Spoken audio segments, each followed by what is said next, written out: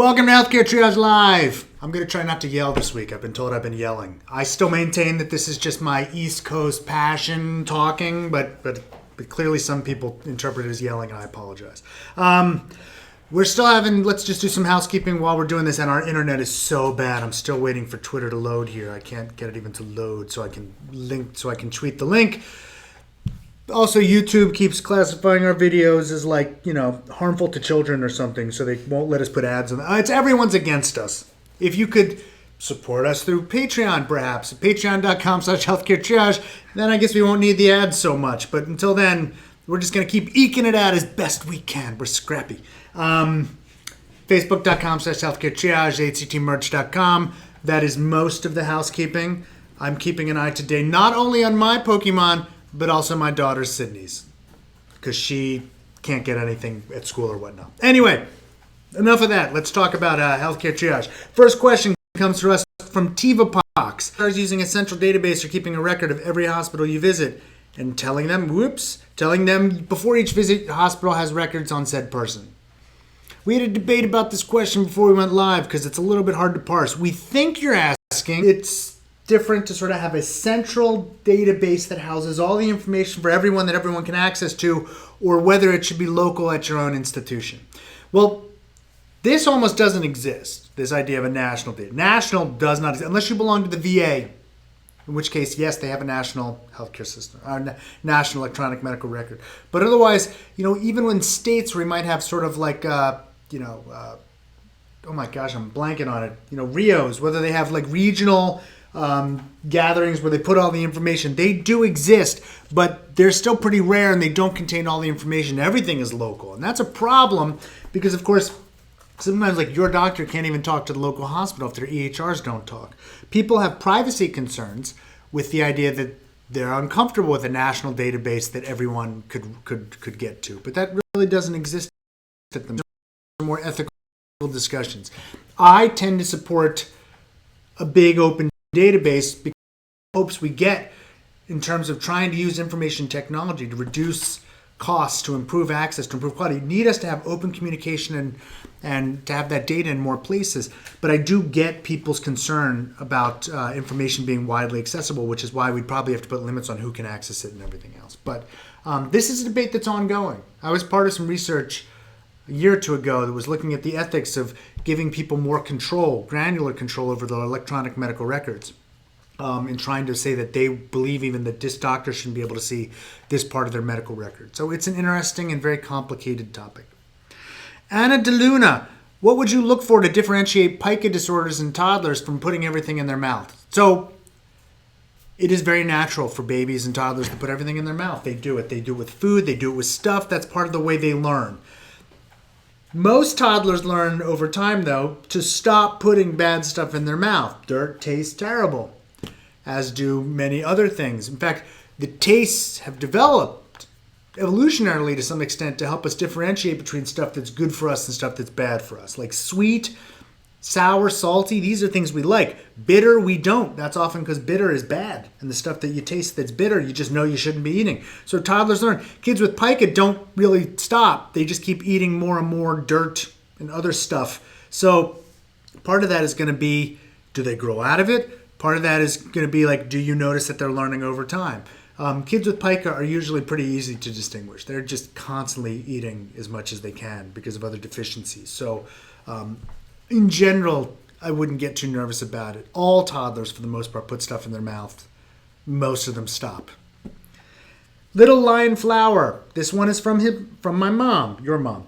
Is waking up a few times at night to roll over or whatever a problem I should be trying to solve if I'm not tired. How do I know if I'm getting enough REM? Well, that's fascinating, because how would you solve this problem? I'm curious to know how you think you could... Was that? Straps.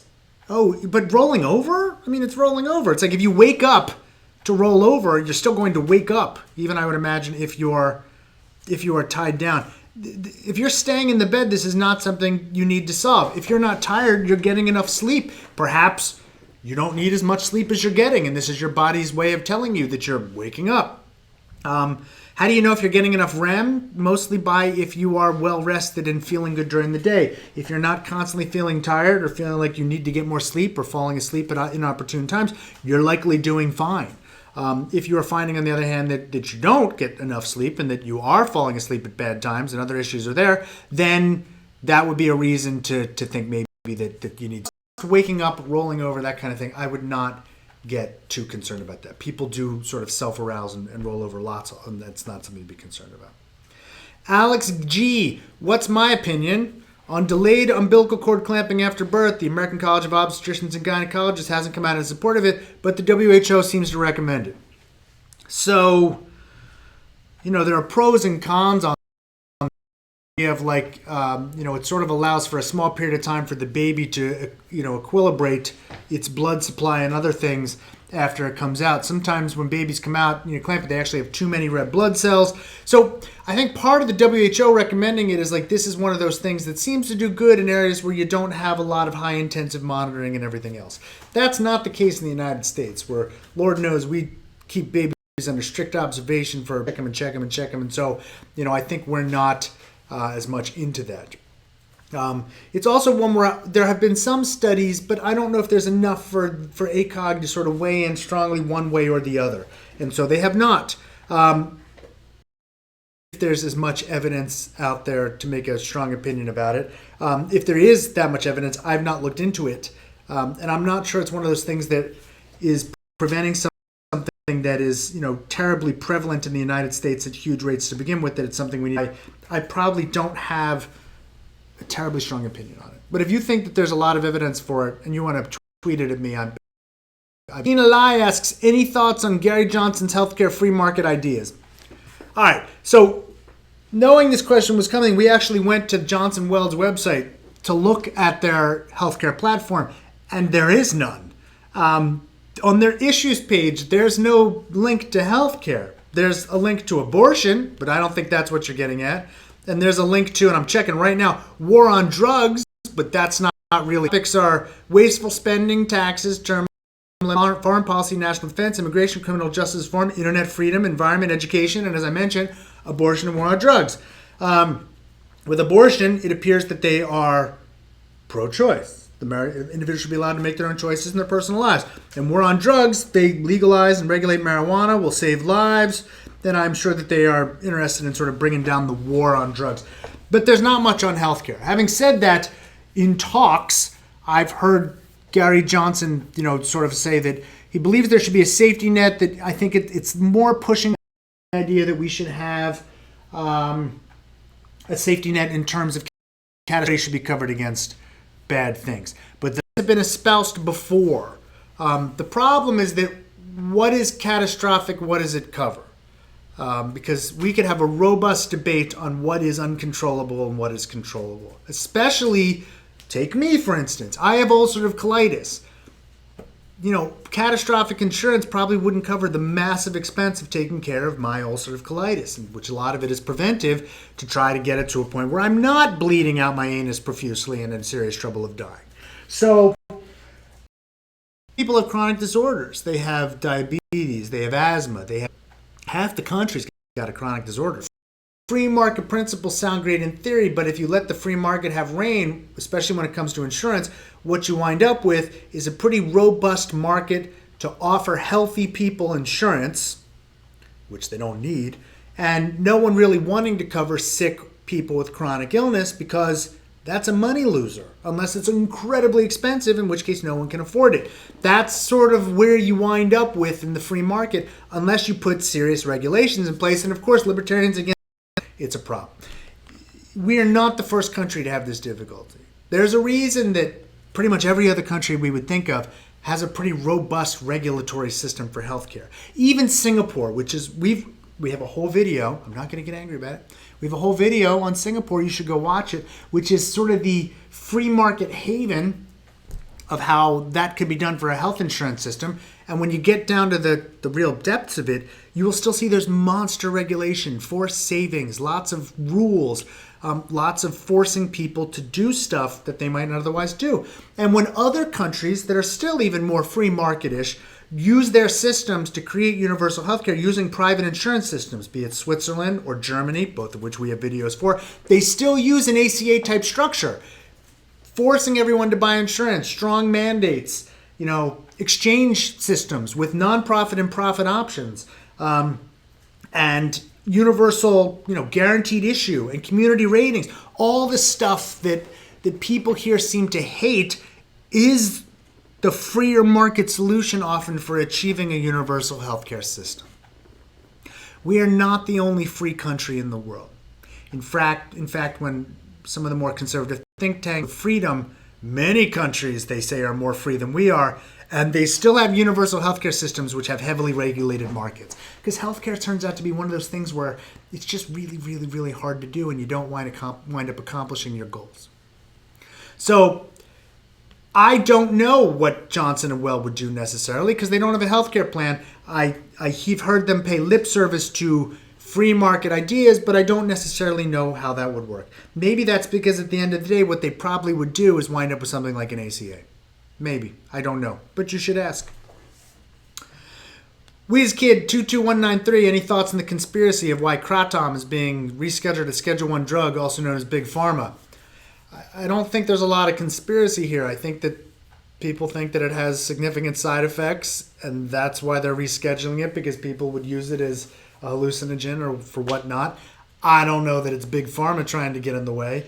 I don't think they think they're going to lose a ton of business to kratom. I do think that probably there are people in the government who, think that you're a danger from kratom in the same way that they think you're a danger from marijuana and other drugs, and that's why they're making it a Schedule 1 drug. If you think that's a conspiracy, so be it. I think this is very open, and they're making a decision and telling you why that you likely disagree with. In Kicker, could you talk about 3-parent babies and other future uses for gene therapy? Oh, wow. Okay, 3-parent babies and gene therapy are so different. Gene therapy is trying to create fixes to problems in genes. There are very few instances when we think we can do this, and the idea is that we will go in and fix the genes, the DNA, so that they are better. Building 3-parent babies is the idea, I'm assuming, where we can take 3 parents and manipulate the DNA to try to create new babies. Man, we are very far away from being able to accomplish that. We are much closer to gene therapy. Because think about it. I mean, the problems with, it's one thing to go in and try to snip out one tiny bit of a gene and put another in. The idea that we could start taking massive parts from 3 levels of DNA and put them all together and create a viable human being, it's so far. You can talk about gene therapy and its prospective uses, which are still pretty far off, and I think we've done an episode on that, and still be nowhere near talking about 3-parent babies. So, yeah, 2 different things. Roy Rhodes, several groups characterize porn use as harmful and a mental health crisis, citing addiction, warped expectations, and early onset erectile dysfunction. Is there evidence of such harm in porn exposure and use? So, as you can imagine, we don't have randomized controlled trials. Although we could, we don't. The things that exist are most likely case control studies. I don't even think probably they do many cohort studies, where they find people with or without these issues and then check to see if they do or do not use porn. The problem with so many of these studies is that I remember in one of our, I think it was the last book we did on sex myths, when they went and they looked at college students, they were trying to do these kinds of studies to look at, the benefits or harms of porn. And basically 100% of college students had used porn. And so they couldn't even find people who had not used porn to try to do the study. It gets even worse because, of course, if 90 to 100% of people are using porn, then something's odd about the people not using porn, not the 90%. Because remember, when we talk about normal, it's often norms. What do most people do? If the vast majority of people are using porn, then there's likely something different about the people not using porn. Does that mean they're worse? No, it just means different. And so it's hard to do these kinds of studies. Having said that, there are certainly people that use porn to a dangerous and problematic extent. There are individuals for whom it is harmful, for whom they are addicted, where it does warp expectations. And the question that most people care about is, if I take an otherwise healthy person and expose them to porn, do they turn into that person? There's not good data to say that's the case. There are people, for whom food is addictive and becomes a problem. We don't therefore say we should get rid of food. There are people for whom gambling is addictive, and that's why we restrict it to adults. But we don't say, well, then we have to restrict and never ever have gambling or playing games. I remember when I was a kid, there were people who thought Dungeons and Dragons was going to be problematic because it would turn us all into Satanists. And I'm sure there are people for whom Dungeons and Dragons or World of Warcraft or other games become addictive and problematic. That does not mean we legislate those things away. And so in this case, there are cases to be made for how porn, the industry, can be problematic, its use can be problematic, and how it can change things. And certainly we want to keep it away from children who are not ready to use it. But that does not mean, however, that it is universally harmful and a mental health crisis. Christina Lai asks, what are the treatments for food allergies in kids? Is there a way to desensitize them, or do they need to avoid their food the whole life? So we've done a couple episodes on this. I recommend you go watch it. I know we've covered the peanut allergy thing for some time. So here's the thing. There are treatments that desensitize kids from severe allergies. They work somewhat well. So there are ways to do it. In fact, I've had friends with kids who've had severe allergies, and then we found research which talked about introducing the foods, and that has actually helped. So it turns out that, even in trying to prevent and treat and do things, even with peanut allergies, it turns out that trying to desensitize them may work better. You should, of course, talk to an allergist or certainly to your physician to talk about individual cases, because treating things is very, tricky, and you definitely want to do it with a doctor. You don't want to sort of make it up on your own. Having said that, there are lots of ways that you would want to do it, or to think about doing it, that might actually do improvements. And so definitely talk to a physician. Owen Papsdorf. Certain kids get multiple cases of chickenpox when young and then also have a minor shingles outbreak around age 10. Should those people still get the shingles vaccine when elderly? So you should not be getting multiple cases of chickenpox when you're young unless you're getting it at a very young age. Chickenpox to develop lifelong immunity. The only people who really get multiple cases of chickenpox are super young babies who are too young to develop that immune response, or that's really it. Otherwise, you shouldn't be getting multiple cases. So if you are talking about yourself and you're getting multiple cases of chickenpox, go see a doctor, because that's not in the range of normal. Now, shingles is not a new case of chickenpox. When you get chickenpox and then you develop the lifelong immunity, your body keeps chickenpox outbreaks at bay, but the chickenpox vaccine will actually take root in your nervous system forever, and it hides there. And then, especially your central nervous system. Then what happens with shingles is it bursts out, it makes its way, which leads to really interesting patterns in the outbreak of shingles. So, if you didn't know this, your body is actually, from your spine, innervated sort of in rising areas on spinal nerves. So like you have, nerves, cranial nerves 1 through 12 do sort of like descending things here. And then your spine, you have like T1, T2, T3. So the nerves that exit at each vertebrae cover a part of the body. When you get an outbreak, it's usually from one of those nerves. So it might be like T1 on the right side, which means all the part of your body that's innervated by say T10 or L1 or whatever it is, that's where the outbreak occurs. So you don't get it all over your body, you'll get it on T1. And I keep gesturing, not knowing, remembering where T1 is. So it's like T5 on the right or T7 on the left. And that's how shingles bursts out. So it's not all over your body. You'll get it in an area, often on one side of the body. And then we treat you with any antiviral drugs to try to beat it back. The shingles vaccine helps to prevent the shingles. It's not about catching it from the outside world. It's about preventing your shingles from erupting from your nervous system on the inside. So it's a different thing. So chickenpox vaccine, shingles vaccine, different things.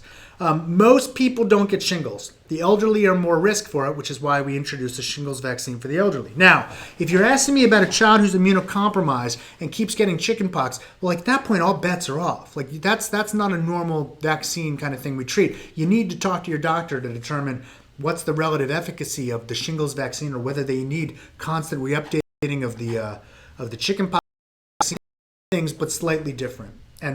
And that would be it. So if you have a child who's had multiple cases of chickenpox while young, and then a minor shingles outbreak around age 10, yeah, I'd want to know more about that person, and you should talk to a doctor. Justin Bell, what does the research say about ASMR? I know. So ASMR is like somebody. Thanks for the note here, but ASMR is actually that thing that's like, you'll see the videos where like they're brushing hair, and just by watching brushing hair, they feel like almost orgasmic. People get like some kind of visceral pleasure by repetitive motions and seeing it. It's the sound. Okay, it's the sound. So I've seen videos with this. I've seen interviews with people who have this. Research, unfortunately this question is a little too broad. Like, are you asking about treatment or I don't know. I don't know what studies have been done or what you'd want. So for next time we do this, give me a specific question, or even ahead of time, tweet me and prime me for what specific research you're interested in looking at, because I'm not sure exactly what you want me to talk about with ASMR. GC Silmoldor, are there any medical tips for reducing headache pain while waiting for medicine to work? Common sense stuff. Quiet. Closing your eyes. Laying down. Not a lot of stimulation. Sometimes a cold rag, a wet rag, cool wet rag on the forehead. All of those things may help. I used to get migraines, and for me it was like laying down, closing my eyes, trying to go to sleep. That would be the only thing I could do to try to get it, especially in the dark. Pain meds work pretty quickly if they're going to work for a lot of these. So, you're talking not too much, like 20 minutes, maybe, more. And of course that's pain. So another thing you can do is sometimes with some headaches, caffeine can help. Because caffeine will close your blood vessels, and sometimes, especially in the head, it's sort of like blood flow to areas that's causing the headache. So Excedrin, which you've probably heard about, is aspirin and caffeine. That's what Excedrin is. So I will tell my kids, I will sometimes, drink caffeine. It's why people sometimes will get headaches when they don't drink their coffee. It's also the reason why, like, people when they take nitrates, or even I think Viagra, both of which work to like open blood flow, will often cause headache, because the same thing that prevents it is the opposite of what will cause it. So those are the things you could try. Tim B, what role has the ACA, Affordable Care Act, had on health insurance deductibles? Any decent studies you can throw my way? Oh, so many. Well, part of it is like you're asking for an effect. The ACA doesn't make a lot of regulations about deductibles. The ACA, has people, gets people to buy insurance, and then sets subsidies to help people buy it. Now, deductibles, which are about how much you're expected to pay out of pocket, are part of what we call cost sharing. And the ACA formalizes brackets of cost sharing in how you buy plans. So in a platinum plan, I think you might wind up paying for like 10% of your health care. In a gold plan, it might be 20%. In a silver plan, I think it's 30%. In a bronze plan, it's 40%. And every once in a while, they talk about bringing in brass plans, which will be 50%. You will wind up paying more for those plans, and that's called actuarial value, with either through deductibles or cost sharing, or through out-of-pocket payments. And so you will have higher deductibles in lower tier plans. Those plans will also be cheaper. So if you buy a silver plan, you're going to wind up paying more in deductibles likely than if you buy a platinum plan, and if you buy a gold plan. But it doesn't force people to buy plans with higher or smaller deductibles. So the fact that like people gravitate towards cheaper plans means that more and more people are buying plans with higher deductibles. I have a high deductible healthcare plan because it was cheaper even from my job, and that has nothing to do with the ACA. So whether or not it's causing people to have higher deductibles is a questionable thing. It is making people smarter shoppers, likely, And people who are smarter shoppers are tending to gravitate towards cheaper, higher deductible plans. So that means overall, people, it seems like, are buying plans with higher deductibles as part of the ACA. That does not mean, however, that it's forcing people to do that. And so trying to argue about its role in causing high deductible plans or things like that is hard to do, because people in general have been in many years tending to gravitate more and more towards higher deductible plans. Jill Gran, what's the latest recommendation for calcium supplementation? I'm sorry, I just zipped away your lesson. Calcium supplementation in postmenopausal women. This is so hard to do because there's so many different recommendations, and we spend so much time on Healthcare Triage debunking the research on vitamin D and calcium supplementation. I hesitate to even answer this and say, like, the latest recommendation. You should talk to your doctor. More and more, the evidence is showing us that supplementing with calcium and supplementing with vitamin D doesn't seem to be doing much good, yet groups are hesitant to adopt that point of view. So you should talk to your doctor. James G., what about treating a veteran's PTSD with medical marijuana? Do you think it should be allowed for veterans? I think it should be studied better, and I think if it works, it should be allowed for everyone and not just veterans. There you go. Of course, if they legalize marijuana, a lot of this will become moot because people will either try it and find that it works for them or not, or not. There have been studies showing that it works for a few separate things. It does work for randomized controlled trials again show it does work for like nausea and vomiting and problems associated with chemotherapy. There's some use, I think, in pain control that looks decent and good. And then after that, unfortunately, there aren't a lot of well-designed, high-quality randomized controlled trials, which is what we'd really need to tell someone that they should be using a medication to treat something. We could make those, we could do those randomized controlled trials, and the government is finally starting to lift some of those restrictions, so maybe we'll see them in the future, but unfortunately not enough of them exist.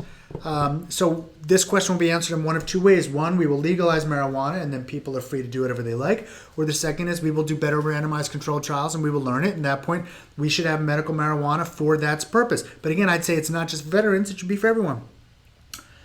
I think it's more likely we're going to get to legalization first. And once it's legalized, probably the research will stop.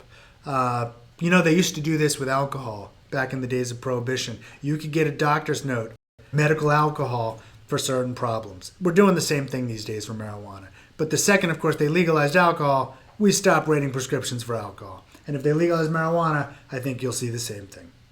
And that gets us out of time. Look, we're going to actually be away for quite a while. Mostly Mark's fault because he's going all over the world living the life of leisure. Don't let him fool you into thinking he's working.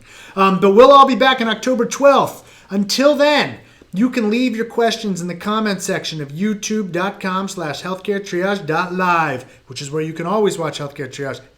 Oh my God, I'm an idiot. youtube.com/healthcaretriage/live. Clearly. We'll get to as many of them as possible in the next show. Do a longer show. We'll check all our schedules. And it's not just Mark's fault. I'm traveling too.